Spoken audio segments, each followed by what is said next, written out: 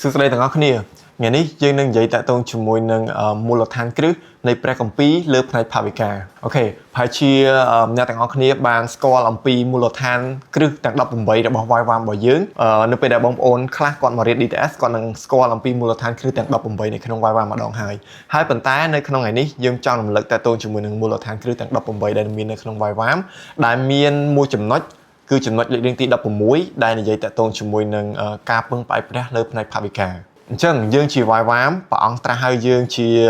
ក្រុមមនុស្សដែលធ្វើការបម្រើព្រះអង្គដោយស្ម័គ្រចិត្តយើងរាប់ខ្លួនយើងជាមនុស្សអាចយើងរាប់ខ្លួនយើងជាមនុស្សដែលសំខាន់ដែលព្រះអង្គបានត្រាស់ឲ្យយើងចូលរួមជាមួយនឹងការងាររបស់ព្រះអង្គនៅក្នុងផ្នែកមួយនេះបើសិនជាយើងក៏លេខទៅមើលពិភពលោករបស់យើងប្រហែលជាមានតែ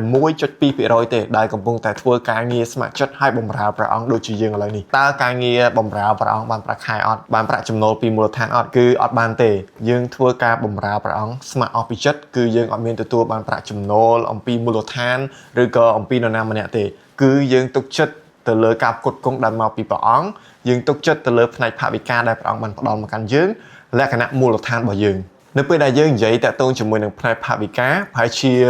មានមនុស្សជាច្រើនគេអាចនឹងឆ្ងល់ឬក៏អត់ដឹងថាអូតើយើងកំពុងតែធ្វើអីគេនៅទីនេះអត់មានប្រាក់ខែផងហេតុអីបានជាយើងនៅហេតុអីបានជាយើងធ្វើការងារអស់ទាំងកាយទាំងកម្លាំងទាំងចិត្តហើយអត់មានទទួលបានអីមកវិញប៉ុន្តែនៅពេលដែលយើងក៏លេចមកមើលអ្វីដែលយើងកំពុងតែធ្វើដែលព្រះអង្គបានត្រាស់ឲ្យយើងជា YWAM គឺយើងពិតជាសំខាន់មែនទែនក្នុងការដែលរួមចំណែកនាំសេរីល្អរបស់ព្រះអង្គទៅកាន់មនុស្សដែលនៅតំបន់ផ្សេងនៅកន្លែងផ្សេងនឹងនៅមជ្ឈដ្ឋានដែលយើងកំពុងតែស្ថិតនៅរាល់ថ្ងៃនេះផងដែរហើយបើសិនជាសួរថាតើយើងទទួលបានប្រាក់ចំណូលមកពីណាតើយើងទៅសុំគេមែនអញ្ចឹងប្រហែលជាបងប្អូនអាចនឹងគិតដូចនេះប្រហែលជាបងប្អូនអ្នកនៅខាងក្រៅពួកគាត់អាចនឹងគិតដូចយើងក៏កំពុងតែគិតដែរប៉ុន្តែ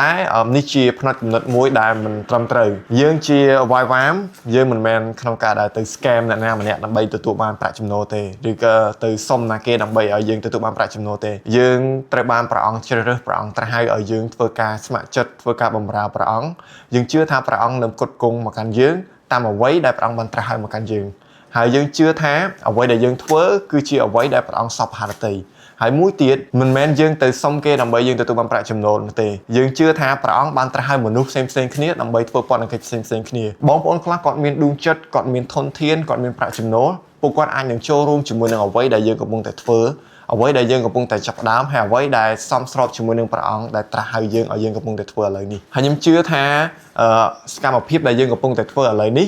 មនុស្សគេនឹងមើលឃើញហើយមនុស្សក៏គេកំពុងតែចង់ចូលរួមចំណែកជាមួយនឹងបណ្ឌកិច្ចដែលយើងកំពុងតែធ្វើដែរយើងជា YWAM យើងអត់អាចក្នុងការដែលចាប់ផ្ដើម business ឬក៏ចាប់ផ្ដើមធ្វើការអីផ្សេងៗបានទេយើងនៅពេលដែលព្រះអង្គបានត្រាស់ឲ្យយើងជា YWAM ឲ្យយើងស្ម័គ្រចិត្តបម្រើព្រះអង្គនៅកន្លែងណាមួយគឺយើងត្រូវការប្រើទាំងពេលវេលាត្រូវការចំណាយទាំងភាវិកាអាចពេលខ្លះអាចនឹងភាវិកាផ្ទាល់ខ្លួនដែរអាចនឹ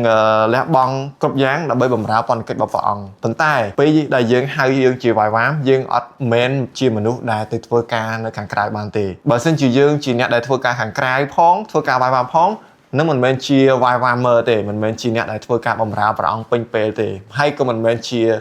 អ្នកដែលគេហៅថាយើងជា YWAM ដែរអញ្ចឹងយើងជា YWAM យើងប្រើទាំងកម្លាំងកាយទាំងកម្លាំងចិត្តប្រើប្រាស់ទាំងធនធានដែលយើងមានទៀតក្នុងការដែលបម្រើព្រះអង្គបើសិនជាយើងនិយាយតាក់ទងជាមួយនឹងផ្នែកភាវិកានេះហើយជាមានបងប្អូនមួយចំនួនដែលពួកគាត់ធ្លាប់មានបទពិសោធន៍ហើយតាក់ទងជាមួយនឹ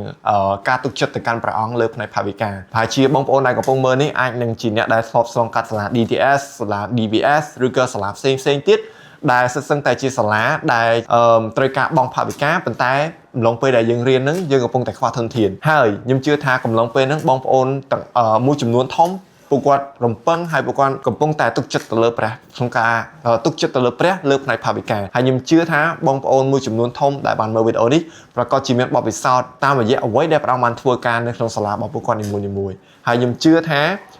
នៅពេលដែលបងប្អូនមើលវីដេអូនេះហើយបងប្អូននឹងគិតអំពីតើរបៀបណាដែលធ្វើការនៅក្នុង YWAM ហើយអត់មានចំណូលតើយើងគិតបែបណានេះជាចំណុចឬក៏គន្លឹះមួយដែលចង់ប្រាប់ទៅកាន់បងប្អូនទាំងអស់គ្នាថាយើងនៅទីនេះយើងធ្វើការបម្រើព្រះអង្គពេលខ្លះព្រះអង្គអាចនឹងប្រទានពរមកកាន់យើងតាមរយៈអ្នកដទៃឬក៏តាមរយៈមូលដ្ឋានផ្សេងឬក៏ឬតាមរយៈគ្រួសាររបស់យើងដែរយើងអត់ចង់ឲ្យបងប្អូនគិតអំពីផ្នត់គំនិតដែលគិតថាអូខ្ញុំជាអ្នកដែលទៅសុំលុយគេទៅ scam គេ ពេលខ្លះយើងអាចមានផ្នែកកំណត់បែបនេះហើយពេលខ្លះយើងអត់គិតទេប៉ុន្តែអ្នកដតីគេគិតមកកាន់យើងហើយយើងចាប់ផ្ដើមយកកំណត់អ្នកដតីមកគិតហើយវាធ្វើឲ្យយើងបាត់នៅអារម្មណ៍ឬក៏បាត់នៅការឆេះឈួរដែលព្រះអង្គបានត្រាស់ឲ្យយើងជាវាយវាមយើងគួរតែមានដួងចិត្តអរព្រះគុណនៅពេលដែលនរណាម្នាក់គេប្រទានពរមកកាន់យើងជាទូទៅយើងតែងតែទទួលបានព្រះពរតាក់ទងជាមួយនឹងផ្នែកភាវិការតាមរយៈអ្នកដតីឬក៏អ្នកដែលគេចង់ចូលរួមជាមួយនឹងបណ្ឌកិច្ចដែលយើងកំពុងតែធ្វើអញ្ចឹងយើងជាវាយវាមយើងចង់មានដួងចិត្តដែលអរព្រះគុណនៅពេលដែលបងប្អូនទទួលបានប្រាក់ support ពីនរណាម្នាក់យើងគួរតែមានដួងចិត្តអរព្រះគុណទៅកាន់ម្នាក់នឹងពេលខ្លះយើងភ្លេចក្នុងការដែលអរព្រះគុណទៅកាន់អ្នកដទៃនៅពេលដែលគេឲ្យមកកាន់យើងទទួលបាន support ឬក៏យើងទទួលបានភាវិការមិនមែនដោយសារតែយើងទៅសុំគេមិនមែនដោយសារតែ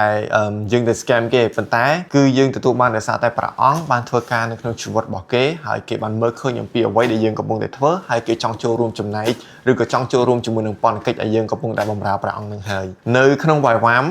យើងជាអាចថាយើងជាបុគ្គលិកវាយវាមយើងត្រូវការបម្រើព្រះអង្គហើយឲ្យព្រះអង្គអ្វីដែលយើងទទួលបានយើងគួរតែមានដួងចិត្តដូចមិញអញ្ចឹងយើងគួរតែមានដួងចិត្តអរព្រះគុណពេលខ្លះ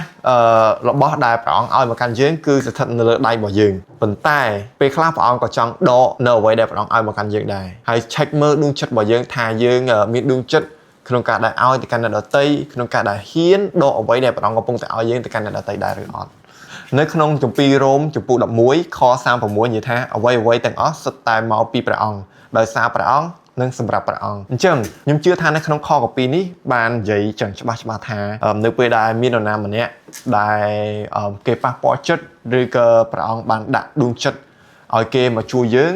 ងត្រូវការមានដួងចិត្តក្នុងការដែលដឹងគុណទៅកាន់ព្រះអង្គហើយដឹងគុណទៅកាន់អ្នកដែលគេជួយមកយើងដែរមានកពីមួយទៀតដែលនៅក្នុង Hebrew ចំពោះ10ខ23និយាយថាត្រូវរក្សាសេចក្តីសង្ឃឹមដែលយើងប្រកាសនោះឲ្យខ្ជាប់ខ្ជួនកុំឲ្យរំកើឡើយត្បិតព្រះជាម្ចាស់មានព្រះបន្ទូលសន្យាយ៉ាងណាព្រះអង្គនឹងធ្វើតាមយ៉ាងនោះដែរយើងទុកចិត្តនៅអ្វីដែលព្រះអង្គបានត្រាស់ឲ្យយើងឲ្យធ្វើហើយយើងប្រកាន់ភ្ជាប់ជាមួយនឹងអ្វីដែលព្រះអង្គបានឲ្យមកកាន់យើងដែរព្រះអង្គអាចត្រាស់ឲ្យយើងជាវាយវាមព្រះអង្គអាចត្រាស់ឲ្យយើងទៅធ្វើការអីផ្សេងហើយយើងគួរតែជាម្នាក់ក្នុងការដែលស្ដាប់បង្គាប់ជាមួយនឹងអ្វីដែលព្រះអង្គបានត្រាស់មកកាន់យើងហើយយើងគួរតែមានដួងចិត្តដែលស្មោះត្រង់នៅអ្វីដែលព្រះអង្គបានឲ្យមកកាន់យើងដែរយើងគួរតែស្មោះត្រង់ពីការទូចអត់ចាំបាច់ស្មោះត្រង់ទៅការធំទេពេលខ្លះព្រះអង្គឲ្យអ្វីដែលជាទូចមកកាន់ជីវិតរបស់យើងហើយយើងគួរតែអរព្រះគុណព្រះអង្គជាមួយនឹងអ្វីដែលព្រះអង្គបានឲ្យមកកាន់យើងមិនថាតកតងជាមួយនឹងប្រាក់ support ដែលយើងទទួលបានម្ដង2ដងឬក៏3ដងឬក៏ប្រចាំខែអាចថាចំនួនវាតិចប៉ុន្តែយើងគួរតែមានដួងចិត្តអរព្រះគុណនៅពេលដែលព្រះអង្គប្រទានមកកាន់យើងតាមរយៈកិច្ចការទូចទាំងអស់ហ្នឹងហើយខ្ញុំជឿថាតាមរយៈអ្វីដែលយើងស្មោះត្រង់តាមរយៈកិច្ចការទូចព្រះអង្គនឹងប្រទានកិច្ចការធំមកកាន់យើងហើយតាមរយៈអ្វីដែលព្រះអង្គប្រទានពរមកកាន់យើងចង់ឲ្យបងប្អូននឹកចាំថាអ្វីដែលព្រះអង្គប្រទានពរមកកាន់យើងមិនថាផ្នែកភាវិការ